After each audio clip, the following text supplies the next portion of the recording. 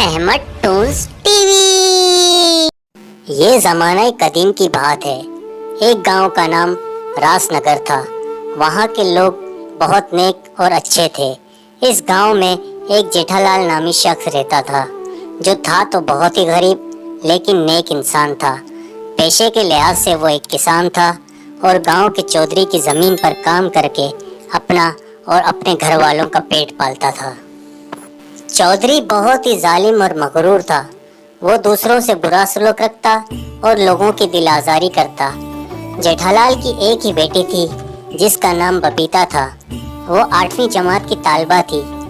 जेठालाल की ख्वाहिश थी कि उसकी बेटी आला तालीम हासिल करे। एक दफ़ा वहाँ एक फ़कीर आया और चौधरी के घर को देखकर रुक गया और नौकर से पानी मांगा।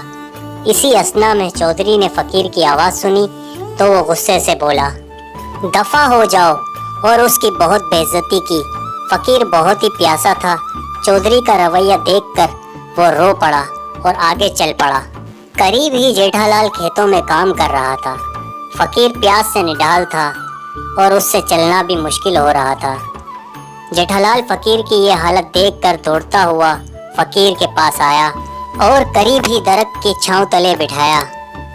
जल्दी से अपना खाना और पानी लेकर आया और फ़कीर को पेश कर दिया। फ़कीर पानी पीकर कुछ बेहतर हो गया।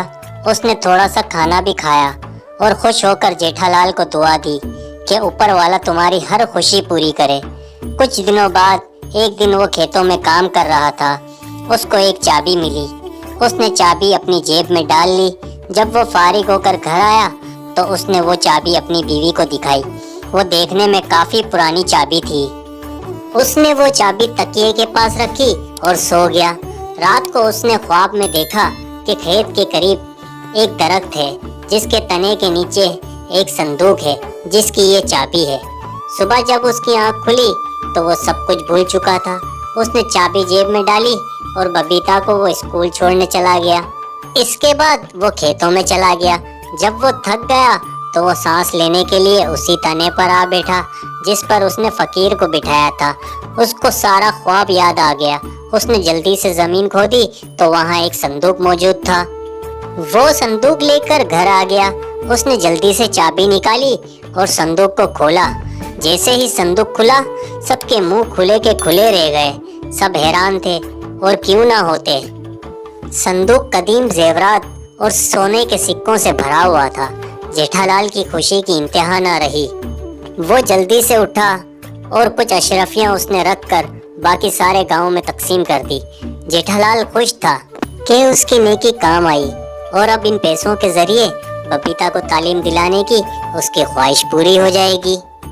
बात गांव के चौधरी तक जा पहुंची और चौधरी ने जब जेठालाल की ज़बानी ये सारा माजरा सुना तो उसने उसी दिन ऊपर वाले से सच्चे दिल से तौबा की और उसी दिन से लोगों के काम आने का वादा किया। तो देखा दोस्तों, किसी के साथ की भी कोई भी नेकी कभी भी काम आ सकती है। अगर वीडियो पसंद आई है तो वीडियो को लाइक और चैनल को सब्सक्राइब जरूर कर दीजिएगा।